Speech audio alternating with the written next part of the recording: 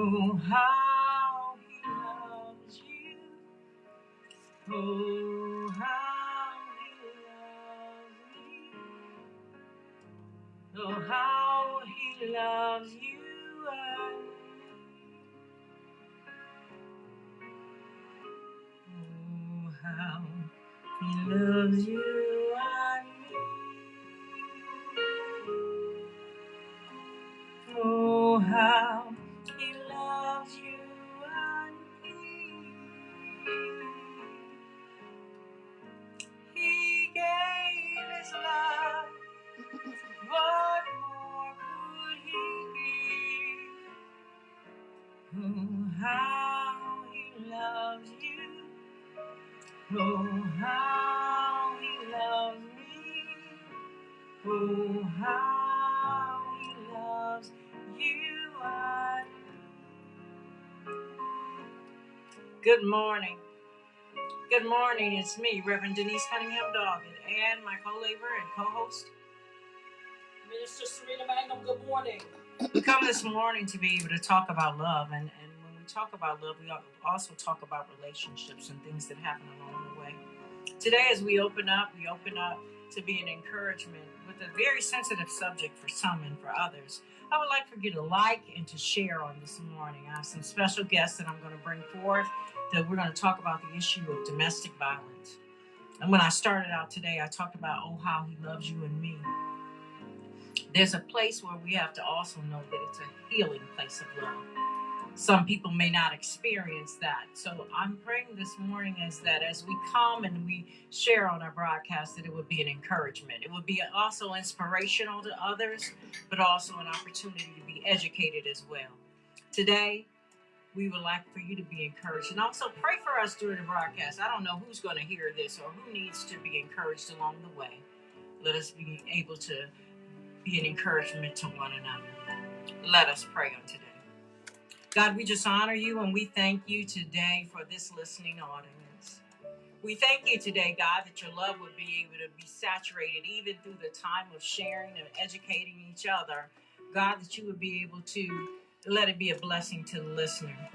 Somebody might be enraged or outraged by what they may hear, God, but I pray even right now that it would allow them to be able to know what to do, not to be ignorant. Your scripture reminds us not to be ignorant in what we do and how we carry ourselves. So on this morning, God, I pray for the panelists that are sharing, that you would be able to encourage them as they are speaking life to an audience of women or men that need to know more. God, I thank you and I praise you today that they would be able to have words that would be an encouragement to someone, that we would speak truth to power even on today. We honor you and we praise you. It's in the matchless name of Jesus the Christ that we pray. And we say amen in your presence. That's in Jesus' name. This morning, as we gather here on No Static Radio and those that are listening on Denise Cunningham-Doggett, we come, as you can see on the purple ribbons that we have on. Last week, it was a blessing to be able to lift up awareness of breast cancer awareness. But let me tell you, no one month is restrictive to what we learn and how we're educating you further. The purple ribbons that we're wearing today are a reminder of domestic violence awareness. There are some people that don't even know that every 60 seconds there's a split decision that has made for some woman or some child or someone that is in a domestic violence situation. I won't come as one who has experienced herself, but what I do is allow a platform to educate and inform others in our listening audience area. Today, there's no lack or shortage of those who have something to bring to the table, and I'm going to ask them to come in this order.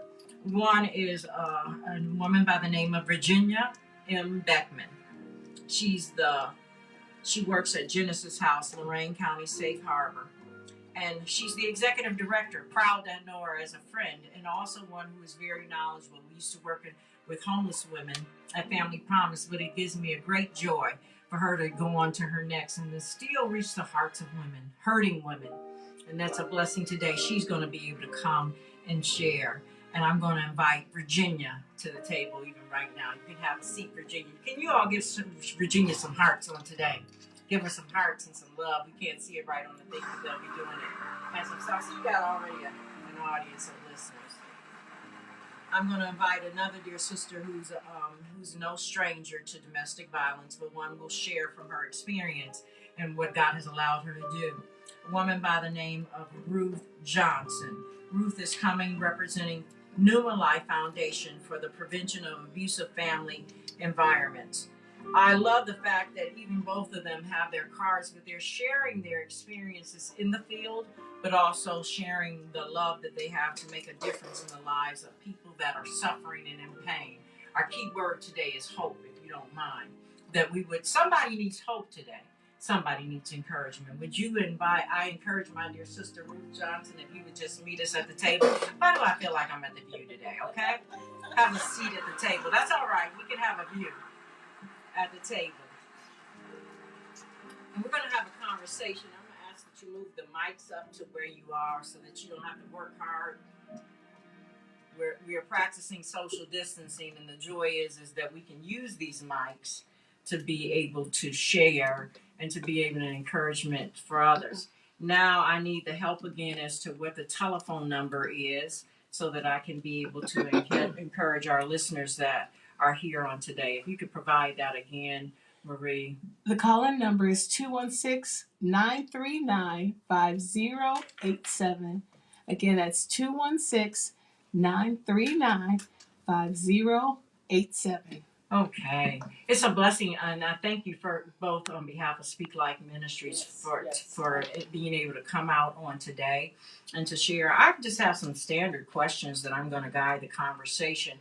For our listening audience, this is not a topic that some people even like to talk about. And I won't restrict who's going to answer first or what you have to say, because I think you both bring something to the table to be able to share to our listening audience. So one of the questions I'm going to start with, some people may think it's easy to say, but how would you define domestic violence to the listening audience today? How would you define it? So this is Ruth Johnson Williams, and I'm the founder and director of Pneuma Life Foundation. I'm going to go to the specific definition so no one's confused about the definition for domestic violence. It's a pattern of abusive, coercive behaviors in a relationship by a person to gain power and control. That's the key, power and control over an intimate partner, spouse, ex-spouse, partner, or family member. Domestic violence has types of abuse, and that is where the power and control lies within those type of abuses. I would say the easiest, simplest way to define domestic violence, it is the misuse of those types. It is the misuse of your physical, your mental, your financial, your sexual, your social, even your spiritual. It is the misuse of. It can be as simple as that. And then you add to that. That's good. Virginia, you want to share a little bit about domestic violence too? Yeah, that was such a perfect definition. And just to kind of expand on that too, when I talk about what is domestic violence, I also like to highlight what domestic violence is not, because there's so many myths about domestic violence. There's so many misunderstandings about domestic violence. So many people think it's a problem with anger management, or it's caused by drug or alcohol abuse. And it's none of those things. Domestic violence is the systematic establishment of power and control over another person. And it's not a problem with anger management. It's a problem of a belief system that says, if I'm a batterer, I'm entitled to dominate my partner, and therefore I'm entitled to use violence to achieve that domination. That's a belief system problem. So that's really at the core of domestic violence. It's a belief system that supports the abusive behavior. Thank you so much for putting clarity in even in that. And I want you all to feel free to echo on each other or support each other in that. Because one of the things that I found is the myth of people think that, you talked about that drug abuse. Sometimes it's inherited from one generation to another, or it's been accepted, or it's a norm for some people, so they don't think it to be abusive. But when it comes down another generation, or when children are involved, or children are watching this, they look at it as a learned behavior that this is acceptable. And so we want to be able to encourage a listening person today. And I won't say it because some people think it's the myth of it's only women that are being abused. Can I be honest with you? Right. There are men that are also abused by dominant forces that may be. But today, what would you advise for somebody who's struggling today as they're listening to the broadcast? Maybe it's somebody who's listening, they're in a situation and they don't even know where to begin to get help. So coming to the table, I can offer a little bit of my experience. And I'm sure Virginia would tap in on that. That's one of the reasons why I'm here as a survivor of rape, gang rape, and 13 years of domestic violence. I can actually say one of the things I found very helpful and most encouraging is that you seek resources, get help. And when you're seeking resources, the people that are helping you with those resources understand that this person is coming to you at a point in time that they're most vulnerable and that they need to be empowered to make a decision. That's why you give resources. You don't follow the resource for them, you give them the resource. That's good. They know when it's the time to be safe to leave. And I think most people struggle with, well, why didn't she leave? Well, why didn't he leave? And at the same time, she has to stay until the time she feels, I said I was a survivor of domestic violence years after years. Well, you have to find the time that's safest for you, your family, or whatever keeps you safe. Many women are killed just initially when they said they're leaving the relationship. So provide the resources, especially in the faith community, if we can speak to that a little bit. Just make sure that faith communities have resources visibly available. We advocate that there be advocates in every church.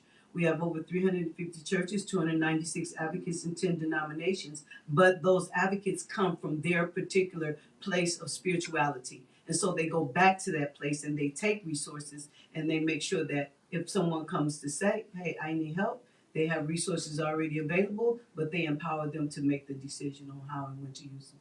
That's good. That's good. I appreciate you saying that piece, and I'm going to come back to you, Virginia.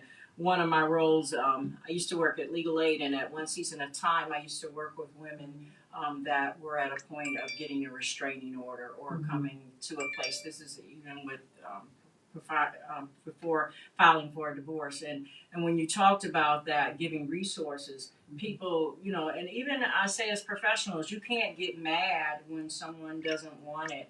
I work with Alexandria Ruth in that season, and one of the things that I had to learn is that it may be 7 times or more before they actually do it. And then as a professional, I had to learn that it's okay, that they're going to come back. It's okay that this might not be. And then the stages and the phases of the domestic violence. So I think it's also being a good listener. And when you talked about that clergy community, I represent that. And I stand so clearly when women are coming and they finally get a chance to tell somebody, whether it's in the church, and I need to be real clear about that, or whether they are, I think that there's a place that another woman needs to be able to feel like they're safe in doing it and that they can journey, even in the conversation. I can't get mad at you because you're not leaving him or her. I can't get mad at you. And that's not my role anyway, is to be able to be a support to you no matter where you are in it. And as I turn it back to you, Virginia, when someone's struggling with that, how do you guide them or encourage them even just to get help? Mm-hmm. So, and I love being in the presence of like-minded people. Like, so much good work is being done, and it warms my heart. So I'm loving just listening to everybody. But other things that I also say too, and this is even for listeners who aren't in an abusive relationship, because so many people come out to us and they say, so I have a friend, and what do I say to that friend? I don't want to say the wrong thing. What things can I say? So here are a few things that like everybody can say to somebody who's experiencing domestic violence, because you'll never be wrong. You can always say, you don't deserve that. That's good. That's always going to be true. Always. There's nothing that a person does that warrants somebody abusing them like this. That's always going to be true if you say you don't deserve it. You can also always say it will get worse. Domestic violence increases in frequency and severity over time. You're always going to be right if you say it will get worse. And you can always say there's help available, because there is help available. There's help out there in the community, and people can reach out for help. And you make such an important point. My friend Ruth made such an important point that we sit in judgment, like you're saying, of people who are in that situation who haven't yet decided to leave. But the fact of the matter is, most victims of domestic homicide were killed during the act of leaving or right after they left. Leave taking is the most dangerous time for a person who's experiencing domestic violence. And we so flippantly say that somebody should just leave.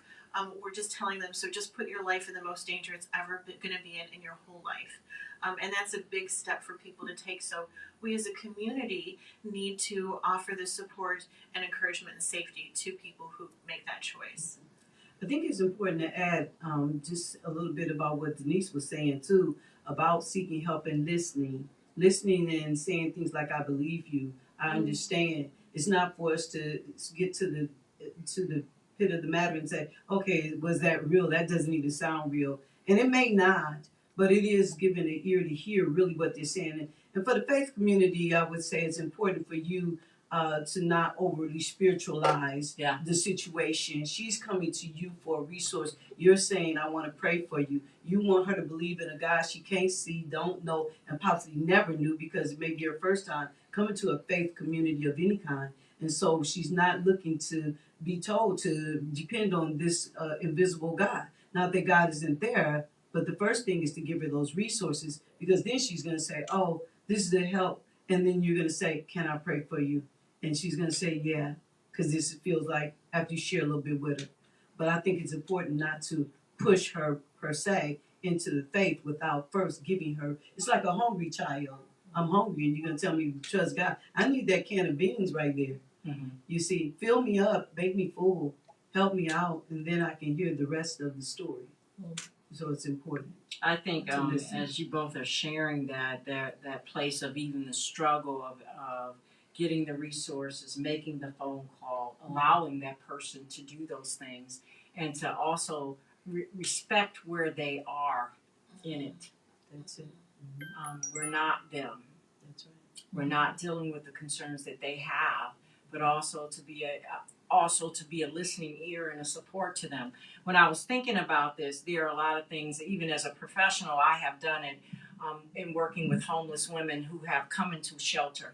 Many times they come into shelter, they're not looking for housing, they're looking for safety. Yes. They're looking for a refuge. So for me, I want them to feel like, and coming in the midst of, can you imagine, even now, I looked at the stats of throughout this pandemic, at a time when we're locked in and we can't go anywhere. Here you have people that are still dealing with domestic violence and the permission that they don't have to go or to leave, or that nobody cares, or that there is no hope.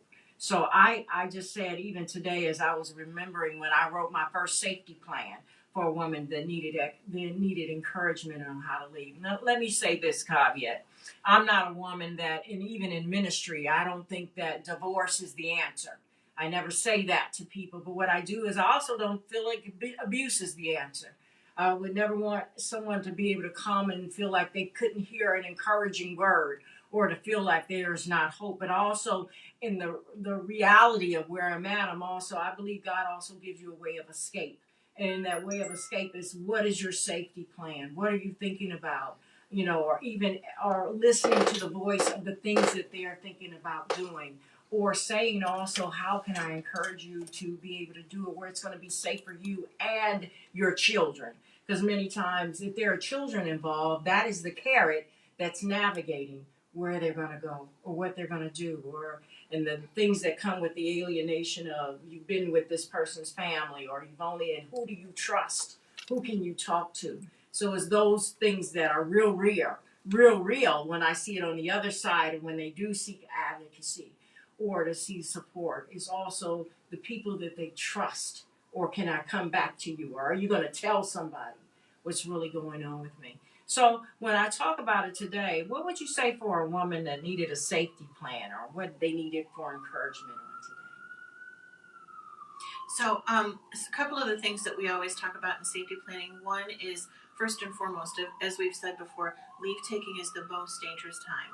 So if somebody's experiencing domestic violence and they're thinking about leaving, they should not throw that out as like a threat to their partner, or something they say in an argument like, I'm going to leave, I'm leaving tomorrow. Don't say that. Just leave when it's safe for you to do so, and make that plan so you can leave quietly. Because if your partner believes that you're leaving, the risk to you increases exponentially. So that's a concern. also with safety planning, when we bring people into shelter, we always say, think about those important documents, birth certificates, social security cards, things like that, because guess what the first thing the abuser destroys is? All those things.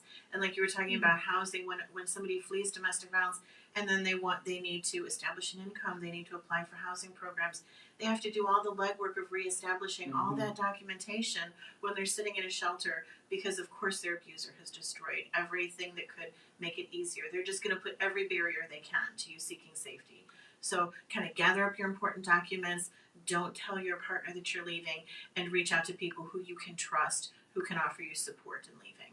That's good. That's good. I heard that we have a caller. Are they still on the line? Yes. Okay, caller, we'll let the caller in. This is real, guys. A caller. Yes, good morning. I have a question to ask, and I know that most of the focus when it comes to domestic violence is dealing with women. But in the case and situation with men, have you found in your studies and your experiences, have you found that men who are in a domestic violence situation, is there the abuse towards them, is it more physical or is it more of a mental thing, and like a stalking situation, for example? What have you found in your observations during this time that you have been involved? And I'll hang up and listen to your answer. Thank you. Well, I want to thank you, this is Ruth, for bringing up that point. A lot of times men do come back and say, hey, what about us as men? I personally had the opportunity, Virginia, I'm sure could probably speak more to it in housing, but in counseling and in referral and resources, we've had the opportunity to speak with men who have been abused. They do need counseling. They do need somewhere to go, unfortunately, because it is a female-dominated issue, meaning that more females are being found in abuse than males. There are not as many resources available to me, and I'm not saying they aren't available. I'm saying they're limited for men, but they are there. A batter's intervention program is not per se the only thing that they would need. Counseling is good because their wife may be beating them. I've had incidents where the women were the perpetrators, and so men are experiencing domestic violence, and this same goes for them. They should seek help. 211 is the first and best resource. They should seek help, and they should get counsel. They should also seek housing, whatever is needed, just like a female. There is no difference in whether you black, white, gay, lesbian, bond, free, rich, poor. Domestic violence touches every professional, unprofessional. It touches everyone in every race, gender, culture. It's everyone, because it's a power and control issue. It's a behavioral issue that's possibly is learned in the different various environments. Yes, drug and alcohol feeds into that, but I don't need to be drunk to hit you or yell at you. I don't need to be high to hit you or yell at you. It's simply because maybe this is the character that I've learned from my father's father, or wherever the environment is, in the streets or on the music. So I would say that men do experience domestic violence. A lot of our environments, and I'm going to say this real quick, we had the opportunity over the last week to work with Gail Reese for Ministry of Reconciliation. She did 9 schools, 3 a day for 3 days. And I had the opportunity to speak at one of the schools, and I tell you, those kids are seeing things, hearing things. They are part of things that they should not be a part of, but they are. And so we want to reach out to the youth, the young adults, and the men, as well as the women. And I'm glad you brought that question and that statement up, Ruth, because I know, Virginia, you as well. Let's talk a little bit about our young women, or our young people as well, because I think that piece of petting or courting can get at a point where it's really out of hand. We don't call it domestic violence because they're not married, but I really think that it's also a stage where it also needs to be addressed as well. Can you speak a little bit on that? Agree, yeah. And I just kind of want, before we move on, I want to do a quick go back to the males as victims, because just to kind of put it out there, so our shelter also houses men. And a lot of people don't know that. Like, historically, domestic violence shelters were women only, but we've evolved. This world has evolved, and we recognize that men can be victims. So all of our services are open to men. We have and do house men in shelter all the time. And yeah, so the great thing about young people with domestic violence is that our legislators have kind of recognized it's a problem. So House Bill 19 was passed some years ago, and House Bill 19 mandates dating violence education in schools throughout Ohio, grades 7 through 12. That's good. So there's strong prevention education work being done in the schools. And unfortunately, what you see too often, here's where that falls through the cracks so much. When it's a young woman and a young man in school in a dating relationship and it's domestic violence that's happening, well, the law defines domestic violence as living together or sharing a child. So too often those dating relationships, it's pursued as an assault charge because it doesn't fit the legal definition of domestic violence. So then it just goes through the courts as assault, and they don't get linked to the appropriate services because it's never kind of recognized for the unique dynamic that domestic violence is. It's a unique dynamic that kind of goes missed with youth because they don't fit that legal definition. And that's unfortunate. So like we try to work with juvenile court to try and like, how can we not lose these youth who need the help and need the effective intervention? And then as adults, we need to remember we need to stop minimizing young people's relationships. You know, we're so fond of being like, oh, come on, you'll forget him next week. You know, when there are teenage girls telling us, you know, they're afraid or he's threatened suicide or things Or that he's actually, choking me. right, things that like are big red flags for serious violence, and we as adults be like, oh, that's just teenagers, you know, and we minimize it. We do a silent witness exhibit in Lorain County to honor victims of domestic homicide. We've got a handful of them who were teenage girls who were killed by their dating partner. So it's real, and the risk is just as real even when they're young and not adults yet. I thank you for even just that insight, because I think it's really important, even as in those dating relationships when they're younger, because they then are preparing for adulthood and some things that they accept or they think that it's okay, you know, love taps or touches, and it turns into something completely different. Many people some women that are incarcerated started as that, and then it turned into a crime of passion. Of something more than what it is, or to someone's death.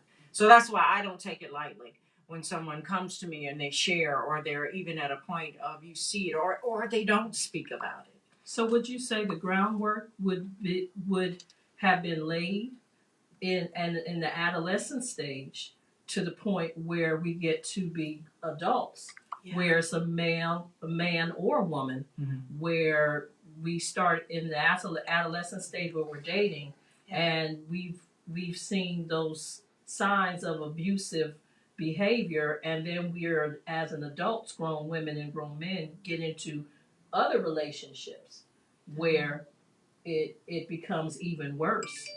Right, but when you say, okay, so we're saying young adults, but what we call dating for youth, I would say maybe 12 to 13. They're in these relationships, even sexual related relationships. We're seeing in some of the sexual community, sex after 8 is too late. They don't even want children who are 8 and over. So how young is it that we should start this conversation? Wow. You know, it should go so to is it children? Oh, absolutely. Even before the adolescence. So we're dealing with maybe even toddlers. No, I mean, you know, they have to come into a reasoning position. Like now, I see that the kids are dealing a lot with porn, and even then I was reading on it and how some of the problem is that their mind doesn't have the ability to say shut it off. Adults can say, "Oh, I watch this, I shut it off. Oh, I watch this television program, shut it off." The children's minds race on and on. They don't know to shut it off. It gets more and more. They want to see more and more of it. And so how far back do we go? The educators have a great job. The medical community have a great job in educating children on what is abuse. I've had youth say to me, well, that's good, those types of abuse, but I don't see that on the on when I'm doing the computer, when I'm doing the internet. I don't see his behavior. I don't see his attitude. I don't know that. But then when I get with him, and he pushes me or touches me and we're just playing, but then later it becomes more physical, then I know, but nobody told me that over the internet. What are the signs that I look for in order to tell that this something about him is not quite right? Is it a 2-parent home? Is one of the parents missing? Is there drugs? So they don't know the right questions to ask to find out more about this person's characteristic behaviors that may be quote unquote mild or laid back, but they really are coming from environment power control. And so, they end up in these abusive relationships. I don't believe we pick an abusive partner. Mm-hmm. Abusive partners do not say, "Oh yeah, I'm an abusive partner." They're very nice. They're very cunning. Some of them can be very nice, very cunning, very kind. They have to get to you. Power and control. They have to get to you. And then once I have you, that's a different story. And it is the same with you. So I would say, yeah, we need to start young, saying, okay, I think they've started a little bit on the in the schools. You're not allowed to play tag or push or, horseplay. So they're trying. Okay. But we got a long way to go. We got a lot to do. We have a lot to do. And when you think about it, I talked about when I said it's not a problem of anger management. It's a belief system that supports the behavior. That systemic piece. Right. That belief system is developed in childhood, in early childhood. In the learning in abusive homes happens. Young boy watches adult male role model being abusive, and that learning is transferred like that. So by the time they're adults demonstrating the physical violence, they've had a lifetime of learning the belief system that supports that violence. The belief system that says I'm entitled to dominate because they've watched that domination. Mm-hmm. So yeah, and oftentimes when you see an abusive family, a family where that domestic violence is happening, by the time the young males in that home have reached adolescence, sometimes they're joining in the abuse of the mom. They're already a batterer by the time they're teenagers. So yeah, the earlier that we can kind of have some kind of effective intervention, the better. And again, if we look at it not from a male perspective or a female perspective, but just the behavior itself, that child is seeing and experiencing behavior in the home that becomes their abnormal norm. It's abnormal for you to be a child who wants to hit them and cuss their mom, but that's what they're seeing, so it becomes their norm. So when I get a maid or boyfriend, girlfriend, oh, she just sounding off. Why? Because they're used to seeing and hearing that.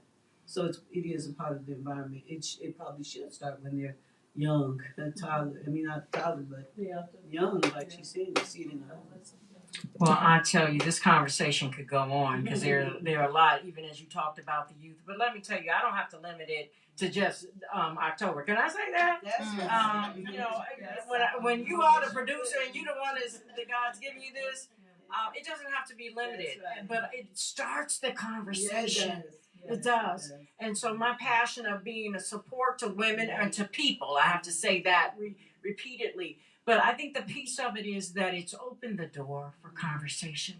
It's opened the door. So today I'm going to let you, what would you professionally advise? I heard about seeking help. What would be your closing statement today to talk? I want you to talk to the camera or talk to someone today about what they need to do or what you would advise to be able to be supported if you're dealing with domestic violence on today. So I'd say don't walk into the decision to leave lightly. Make a plan. You need a plan. Find a professional person who can help you with that plan. Know that there are people out there willing to help you. There are systems in place to offer you options. You need help probably navigating those systems, and domestic violence service organizations are there ready to help you navigate those systems. So there are ways for you to seek safety, and there are people who can help you. Can I add something too, please? I'm sorry I'm chiming in so late. Fine. Pay attention to the signs. I was in a domestic violence relationship for 4 years, and when I tell you that one day there was a show that came on TV and it talked about the signs of abuse, and I sat up there and my partner at the time was laying there asleep. I looked at him and I was like, nah, I can help him through it. Pay attention to the signs. Take heed to the signs and act on it to protect yourself. It's important. I almost wasn't here. Honest to God, I almost wasn't here. That's good. That's good. Thank you. Thank you so much, Virginia Beckman, in sharing that. And I'm going to let Ruth Johnson, you have your closing statement that you want to say. I feel like I'm in court now. Well, I would say for Plan B, they should have a plan. But I want to put the pressure on the faith community.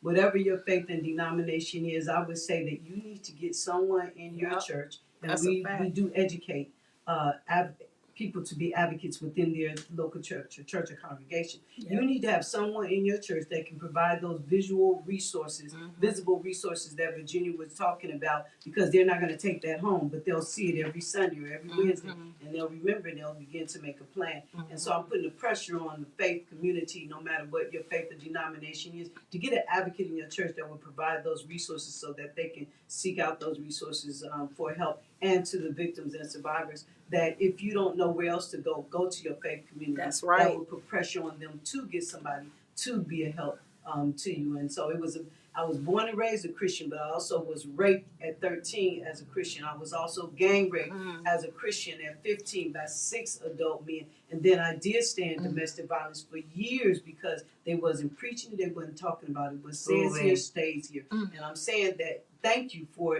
saying that it should be a conversation that goes on. Pain doesn't take a holiday. You know, Thanksgiving may come and the Browns may play, but pain does not take a holiday. Why? Because we locked in with the pandemic. And even if it ain't the pandemic, we just locked in because we don't know where to go and what to do. Yep. So I would say, if you don't know anything else to do, call that 211. You may not want to call 911 because you don't want to get the police involved. But you call 211. They have almost every resource you can need right there at hand. That would be my closing remark. Thank you so much. You're welcome. I'm so grateful to have both of them here. And so it's a joy in sharing that has been a blessing for them to be at the table, to be able to be encouraging one to another. And it's also a joy to see advocates, that you see the names and who are you and where do you work? We have our little blankets on the table and all of that, but we're so busy tending to the people that sometimes it's a wonderful connection to have someone else. I always tell people I have another one in my arsenal of somebody that I can be able to encourage another person. Well, maybe I might not need it right now. They both given me their business cards. And I need to tell you, I will be posting it on my Facebook page. That's Denise Cunningham-Doggett, and I'm going to share it with No Static Radio, because I think it's so important about where we are and what we do. And also after we get off the phone calls, I'm like, who was that? And what did they say? And then when you do the share and like, that's what I do like, is that you can share it to somebody else. And maybe that person doesn't want it on their page, you can share it to their phone. There are other things that you can do. And as we use this as a vehicle, and I'm encouraged, let me tell you, I'm encouraged just to be able to share and to encourage another sister along the way. This is where I take it from here. I take it from here because I do, and when the ministry of Speak Life Ministries, when we developed it and God had given us the vision, it was not just to be of worship and the word. It's to be a powerful force also for education and inspiration. So this morning I'm going to stand as I say this. It's really important to me as I share it, and I'm encouragement to you as well. There are many times, and I'll come back to the mic, there are many times that as you use your platform for what God has given you, you try to find a way that you can educate or you can inform someone, but also you have to know where your center and your base is. There are things that I want to be able to speak life to someone and to give them hope on today. When I looked at it, I said, God, how can I give somebody hope today that is looking at a battering situation, or you're looking like there's no way out?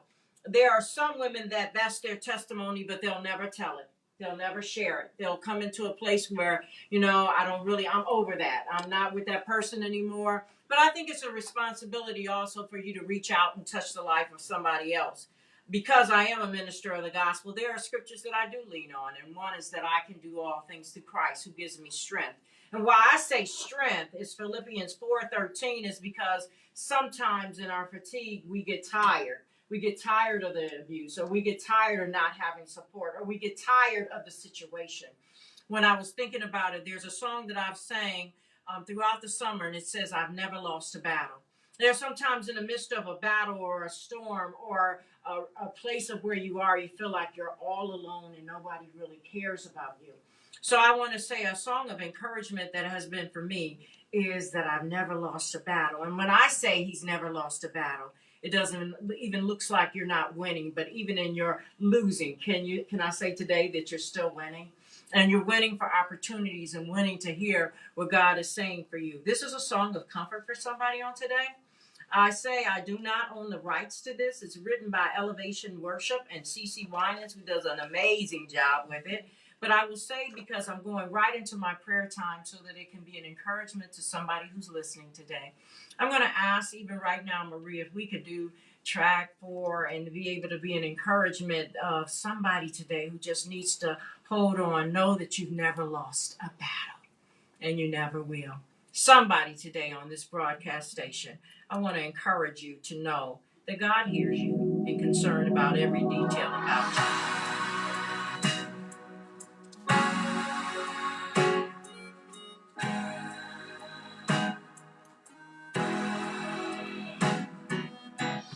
Miracles when you move, such an easy thing for you to do. Your hand is moving right now. You are still showing up at the tomb of every Lazarus. Your voice is calling me out right now. See, I know you're able. My God, come through again. You can do all things. You can do all things but fail. 'Cause you never lost a battle. No, you never lost a battle. And I know, you never will.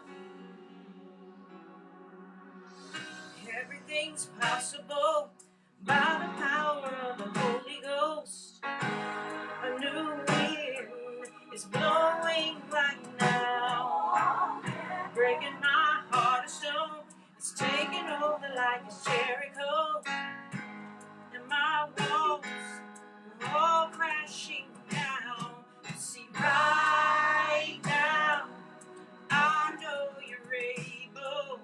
My God, come through again.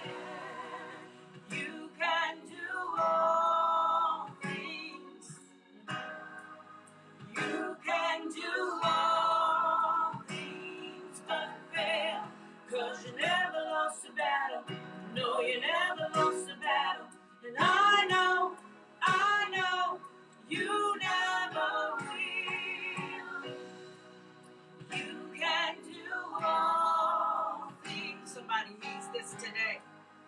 You can do all things but fail. 'Cause you never lost a battle. No, you never lost a battle. And I know, you never will. You never lost a battle. You never lost a battle. You never lost a battle. You never will. You never lost the battle. You never lost the battle. You never lost the battle. You never will. You can do all things but fail. You can do all things but fail. 'Cause you never lost the battle. No, you never lost the battle. And I know, you never will. You can do all things but Christ. And you can do all things but fail. 'Cause you never lost a battle. No, you never lost a battle. And I know, you never will. Said, I know, you never will. I know, you never will. Come on, put your hands together, even right there. Come on now. He's never lost a battle. He's never lost a battle. I don't know what you're dealing with right now. I don't know what you're dealing with. I don't know what the concerns that you're dealing with right now that you're losing hope in. You may be even feeling like you're losing hope in yourself today, but I need to tell you that there are some that have walked it out and have endured. I want you to know that you're not alone today. Somebody needs to be encouraged that you're not alone. Advocates have shared different plans and strategic forms of what you need to do, but it's that place of when you begin to seek it and begin to ask questions.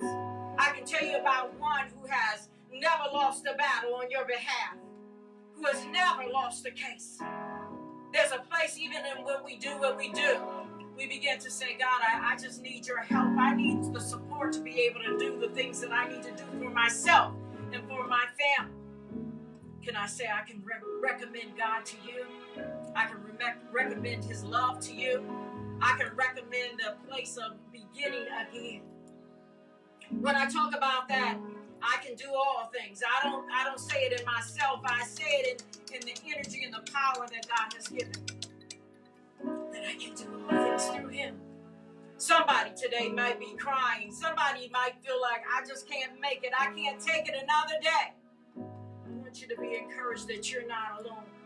You're not alone. We're praying today and encouraging you for whatever decisions you have to make. Whatever things you have to do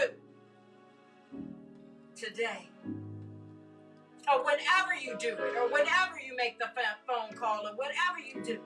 Somebody, your battle may not be domestic violence. Your battle is dealing with your health. Or you're dealing with some concerns. I need to tell you the joy that I have even as I minister in song. There's some things that you can feel like the odds may feel like they're against you. And just like I said earlier, even when you're losing, guess what? You're still winning when you know him. And you come into relationship with him. And God, that you would lead me. That you would guide me. That you would take me to the right place. That you allow me to talk to the right person. That I can trust again.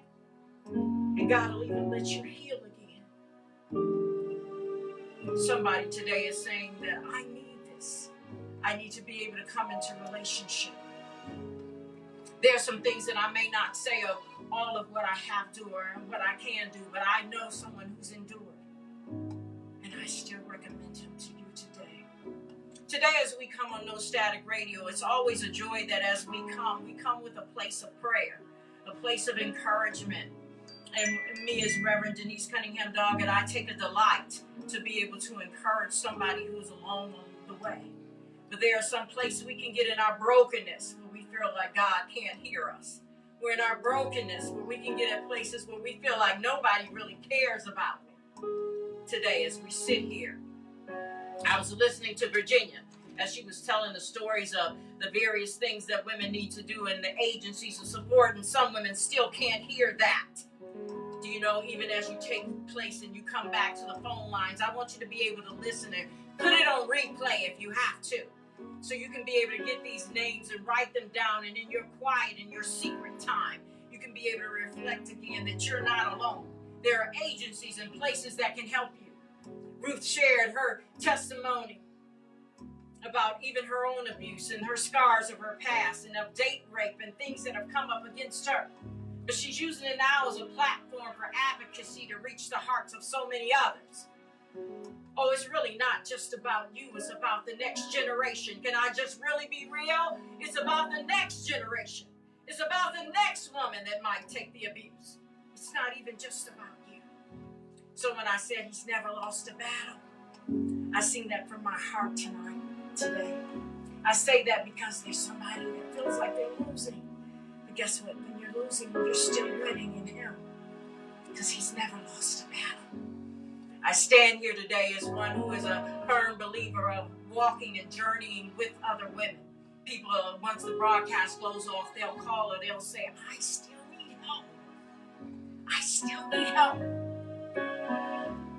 I can advocate in Psalms 121. It says that I look to the hills from which cometh my help. My help comes from the Lord today. He is a maker of heaven and earth. So today as I pray even for somebody in the listening audience. You might be dealing with domestic violence, or you might even be the abuser. I don't just take it as that the victims are the ones that are listening. God, I pray even right now in Jesus' name. I pray right now in Jesus' name, God, for someone who's listening in a situation. That's what I'm going to call it for now. It's a situation they really don't like. They don't like how they feel. They don't like how they look. They don't like the masquerade of it all. God, let them know that there's hope here. There are advocates on 211. There are advocates that are throughout agencies that are willing to help. God, it's not just in October when there are purple ribbons going on. God, there are other times when they have to go to the grocery store. When they have to take their children to school. When they have to cover up black eyes. Charade themselves when they go to even worship services. Because they don't want that secret to be out. Today, that you would be a present help to them, even in a time of trouble. God, I pray even right now for someone to be able to even call out and cry out to you. That you are a God who cares.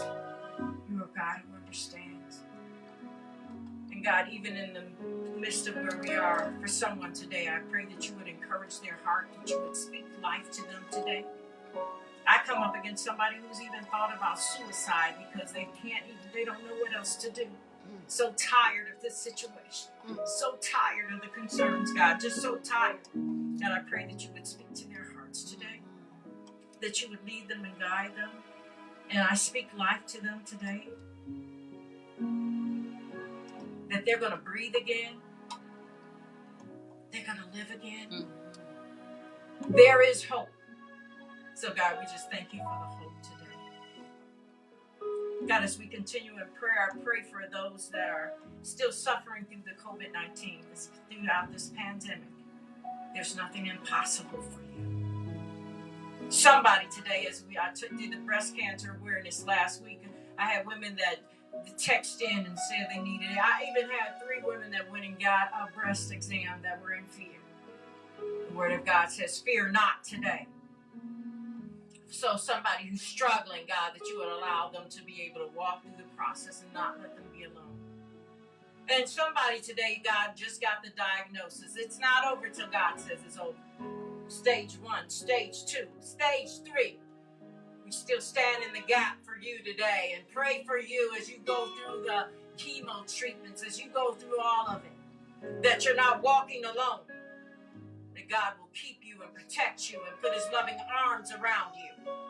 As I pray today, I pray for some woman that you're healing again. You just didn't think you could make it. You didn't think you could leave that relationship. I'm praying for you today. If you stay or if you go, still praying for you. Praying and lifting up the children. Children everywhere. What their eyes have seen. What their ears have heard. God, I thank you and I praise you even right now, God, that you would continue to be a comfort of peace. I speak and declare peace even right now in the atmosphere.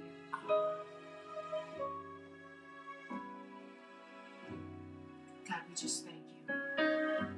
We praise you.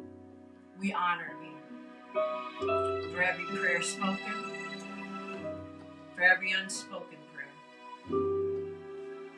In Jesus' name.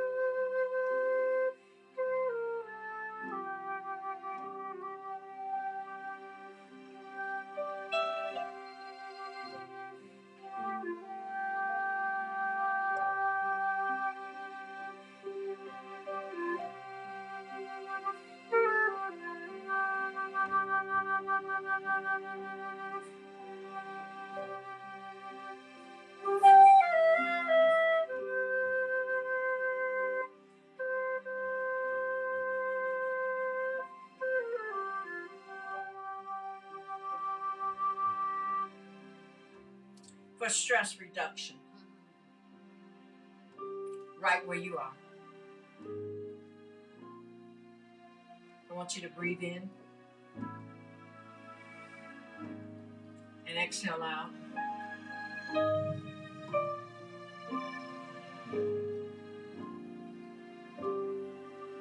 I want you to breathe in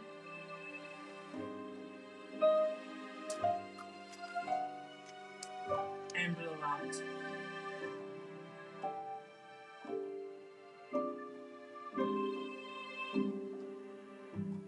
Breathe in one more time.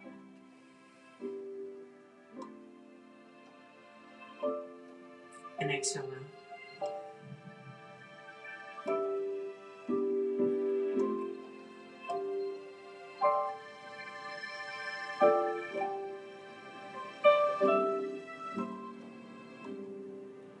Breathe in one last time. And exhale out.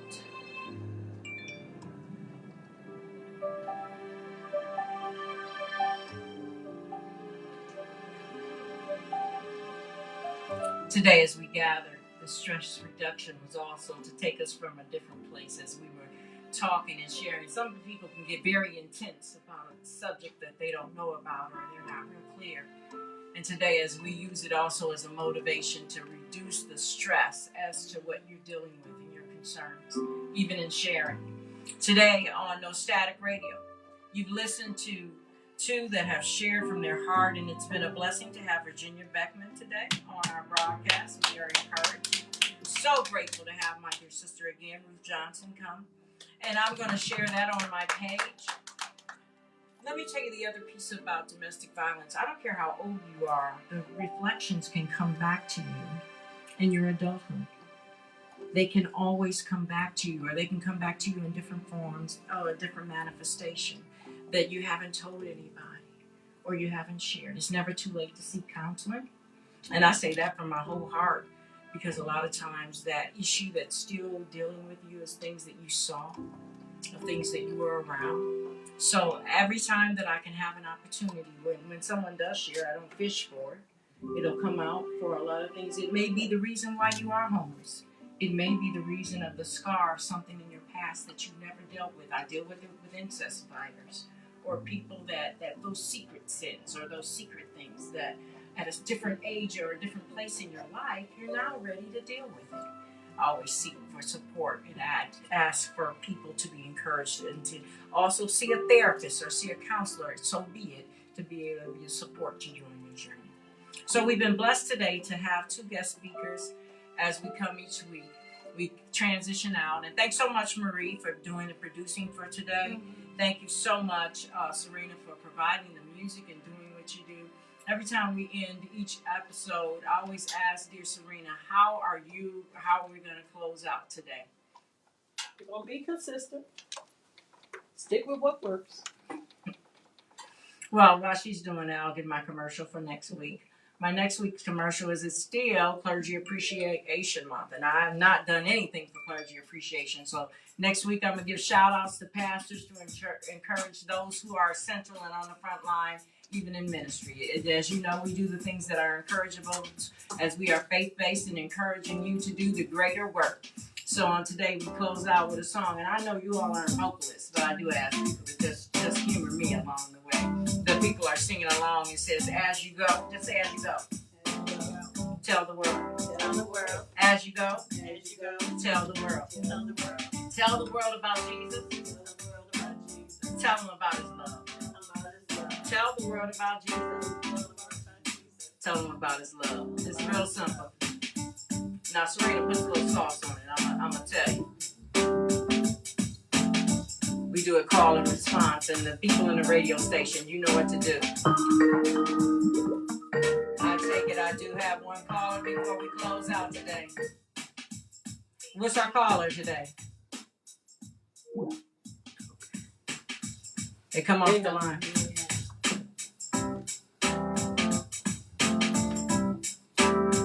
Say as you go, tell the world, as you go, tell the world, tell the world about Jesus, tell them about his love.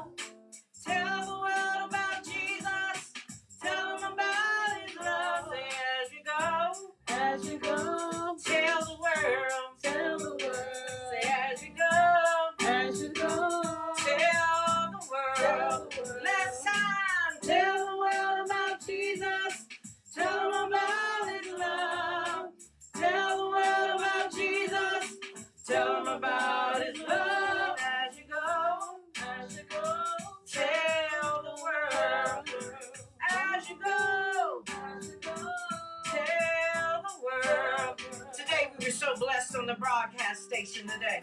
We were blessed to be able to hear from Virginia Beckman from Genesis House, and she was being able to educate us and inform us further about how to make a difference for women that are struggling, amen, with domestic violence. So grateful to hear from her voice today. Also, it was great to hear from Ruth Johnson from Pneuma Life Foundation as she was able to share her testimony and be an encouragement to somebody else who may be walking through that season in their life right now. We, on behalf of Speak Life Ministries, we still say he's never lost a battle, and he never will. And so I say that today because that's our testimony. It's by the blood of the Lamb. Do you know that we're healed by our testimonies? So it's to tell somebody else and to encourage somebody else. Thank you, Marie, for sharing your testimony along the way. Even the producer got in on this one today. It's a joy. And so we tell a dying world about a living Savior. Be encouraged in your week today, and there is still hope. It's still yet on the way today. Say as you go, tell the world. Come on, as you go, tell the world. I turn it over to Marie today on behalf of No Static Radio. And on behalf of the Genesis House from Lorain County and the Pneuma Life Foundation, I'd like to thank Virginia Beckman and Ruth Johnson for coming in. This meant an awful lot. It also is the reason why I do this every single day. If violence has happened to you or your family, violence can affect all parts of your life, sometimes in ways you can't see. Violence can affect the way you eat, sleep, and cause you to lose focus, for angry, afraid, or even use drugs or drinking as a way to escape. But listen, violence doesn't have to keep hurting, and you can change your life starting now with help from the Trauma Recovery Center. Take control of your life. Today can be the day. The Trauma Recovery Center offers real help for real needs in real time. They offer services for food, clothes, emotional support, safety, and a whole lot more. So listen, don't let violence control you. You can break free, and the Trauma Recovery Center can help. Give them a call at 216-644-5487. They will come to you wherever you are.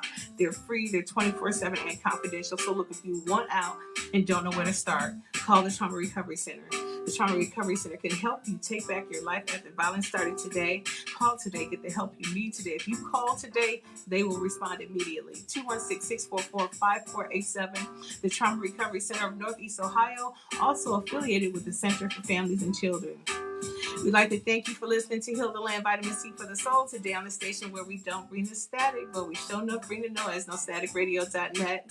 Make sure you check us out on social media on Facebook.com/No Static Radio LLC, on Twitter at No Static_Radio, on Instagram at @No Static Radio, and on YouTube at No Static Radio. Also, if you'd like to listen to replays of this show and others, check us out on Mixer.com or Mixcloud.com. And for continuous streaming, check us out on TuneIn.com. No Static Radio on the toolbar, all one word. And for all things No Static Radio, including up-and-coming events, merchandise, and in-depth look at all these great show hosts here, please check out our website at www.nostaticradio.net. Thank you so much for listening on this fantastic Friday with Speak Life Ministries. And you know what it is, we've got more music and shows. Hear your voice of the revolution. nostaticradio.net, powered by Google. Be safe and be well.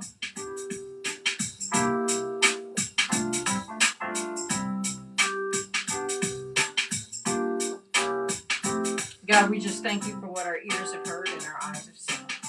That it would be an encouragement to those to the uttermost parts of the world. Whoever may be listening, whoever may be watching.